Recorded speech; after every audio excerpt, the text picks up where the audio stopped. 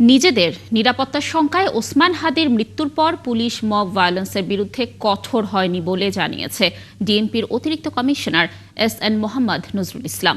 সোমবার DMP media সেন্টারে এক ব্রিফিংয়ে এ কথা জানান তিনি।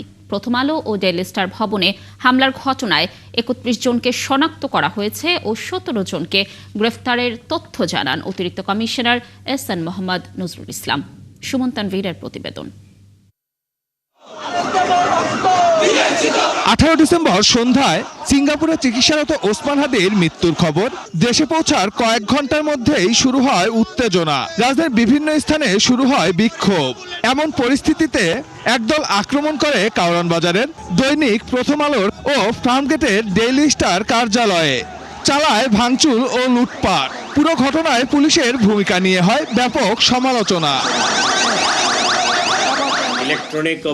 সোমবার মিন্টু রোডে ডিএমপির মিডিয়া সেন্টারে এ ঘটনায় হওয়া হামলায় সেরাতে পুলিশের অবস্থান পরিষ্কার করার চেষ্টা করেন অতিরিক্ত কমিশনার মোহাম্মদ নজরুল ইসলাম।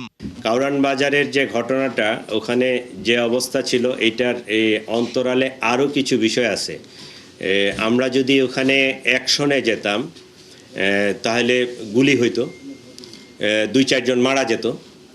পাল্টা তারা পুলিশকে, আমার ওখানে যে পুলিশ ফোর্স ছিল, পুলিশ ফোর্সের উপর আক্রমণ করতো এবং আমরা জানি না যে তাদের মনের ভিতরে কি ছিল। যদি পুলিশ 2-4 জন সদস্য আমার সেদিন নিহত হইতো, তাহলে আপনারা জানেন যে পুলিশ জাস্ট 1 বছর আগে বিরাট একটা ট্রমা থেকে আমরা তাদেরকে এই পর্যায়ে নিয়ে আসছি।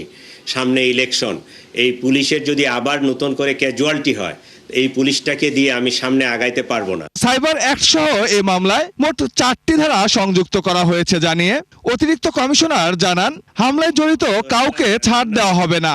17 জন গ্রেফতার ছাড়াও এ পর্যন্ত 31 জনকে শনাক্ত করা হয়েছে। লাইফের কোনো অ্যাক্সিডেন্ট হয় নাই, এইটা আমি বলবো যে এই এত বড় একটা ইনসিডেন্টের আমাদের এটা অ্যাচিভমেন্ট। থানা পুলিশ কর্তৃক 13 জন এবং সিটিটিসি কর্তৃক 3 জন, ডিবি কর্তৃক 1 জন, মোট 17 জনকে গ্রেফতার করতে আমরা সক্ষম হয়েছি। তাদের কাছ থেকে, একজন আসামির কাছ থেকে ওইখান থেকে নিয়ে যাওয়া টাকার মধ্যে নগদ 50,000 টাকা এবং সেই টাকা দিয়ে সে একটা টিভি কিনছে, একটা টাচ ফ্রিজ কিনছে, সেটা আমরা উদ্ধার করতে সক্ষম হয়েছি। তবে দেশের বাইরে থেকে সামাজিক মাধ্যমে উস্কানি দেওয়া ব্যক্তিদের বিরুদ্ধে কোনো ব্যবস্থা নেওয়া হচ্ছে কিনা সে প্রশ্ন এড়িয়ে যান এ পুলিশ কর্মকর্তা। এটা কিন্তু অনেকাংশে প্রতিরোধ করা সম্ভব। ধন্যবাদ আপনাদেরকে।